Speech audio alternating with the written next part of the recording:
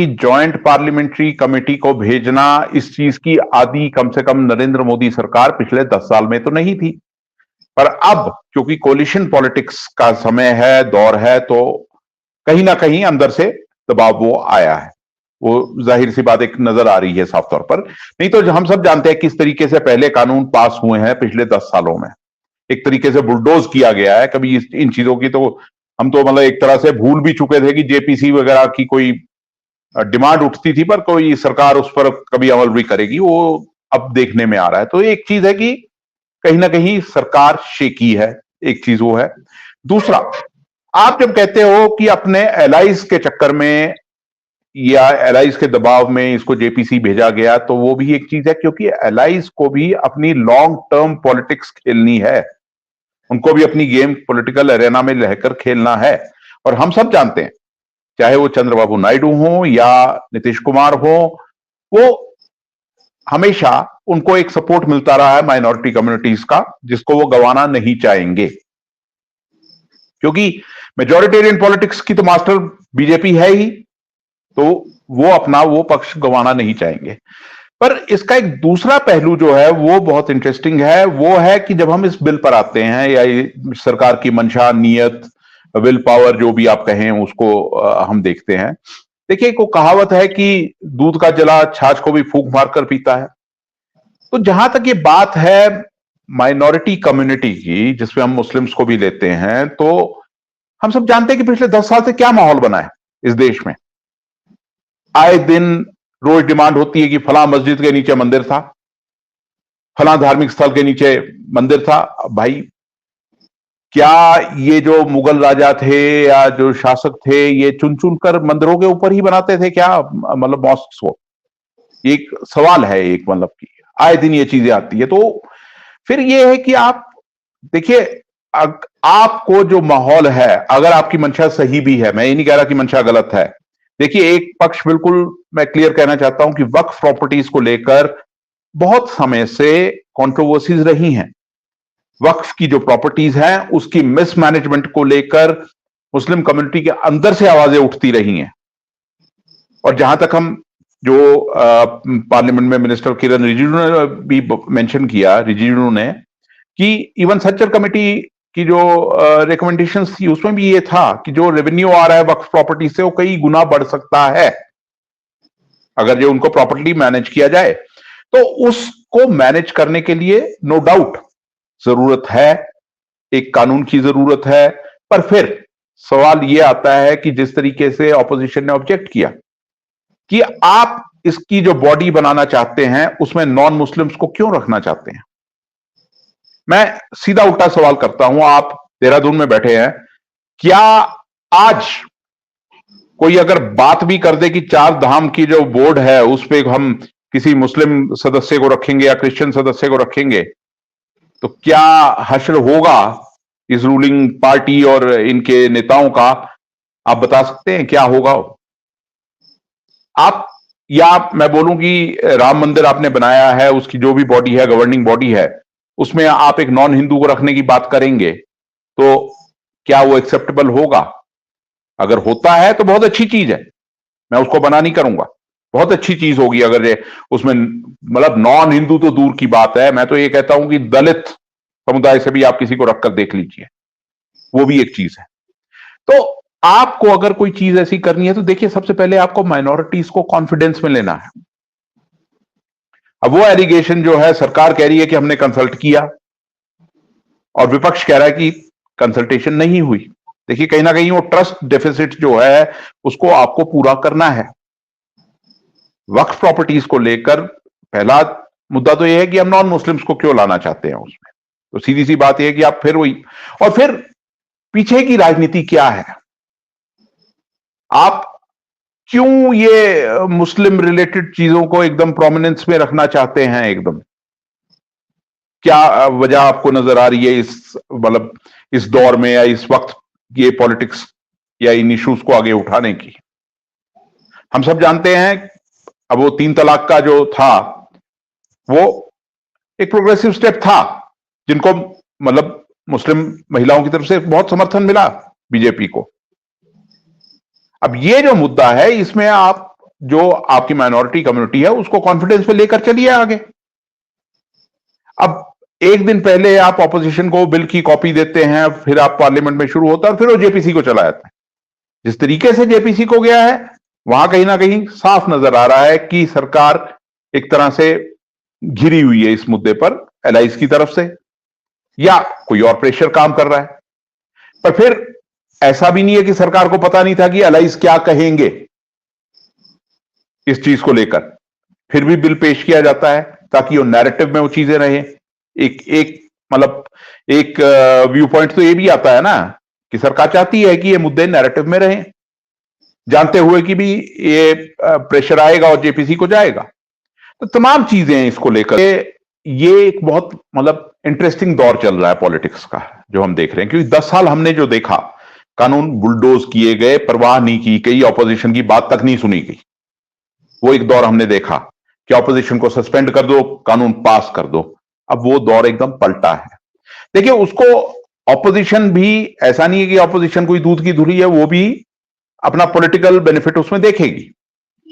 अब फर्क केवल यह है कि ऑपोजिशन को एक मौका मिला है एग्रेसिव होने का हर मुद्दे पर, और वो एग्रेसिव हो रही है, हर मुद्दे पर। अच्छा, जहां तक ये एलिगेशन चलते रहे कि जी कांग्रेस की तुष्टीकरण की पॉलिटिक्स थी, मुस्लिम तुष्टीकरण हुआ, अपीजमेंट हुआ, ऐसा हुआ वैसा हुआ, तो BJP other side of the coin है, हिंदू अपीजमेंट की बात है। अगर हम इक्वालिटी के हिसाब से अब देखें तो अगर आप ये एलिगेशन लगाते थे तो अब ये एलिगेशंस हैं। अब जो आपने बात की कि भाई शायद देखिए नीतीश कुमार हो सकता है सरेंडर कर गए, और नीतीश कुमार की वैसे भी इस समय क्रेडिबिलिटी मैं कहूंगा एट एन ऑल टाइम लो है। अब बीजेपी की मजबूरी है अपने साथ रखना है, सरकार चलानी है तो उनको अपने साथ रखा है। अगर बीजेपी के पास नंबर्स होते तो शायद बीजेपी किनारे धकेल चुकी होती। वो एक चीज है। चंद्रबाबू नायडू, जिस तरह मैंने पहले कहा कि उन देखिए एलाइज को भी अपनी लॉन्ग टर्म पॉलिटिक्स को ध्यान में रखना है। हां, ये आपने कहा कि शायद पहले से अरेंजमेंट हो कि पेश किया जाएगा। अब पेश किया जाएगा और वो फिर वही बात आती है कि नैरेटिव में किसी चीज को रखना है, और फिर कल को आप कहने को भी तो होते हो ना कि हमने तो पेश किया था पर हमारे एलाइज नहीं माने या सरकार में रहना था, जो भी आप जस्टिफिकेशन दोगे। प्रॉब्लम राहुल क्या हो गई है? प्रॉब्लम ये हो गई है कि अब सरकार को देखिए 10 साल में आपकी जो फौज थी ना भक्तों की, उनको आपने डिब्बे से बाहर निकाल दिया है, तो वो हर चीज को उसी नजरिए से देखते हैं।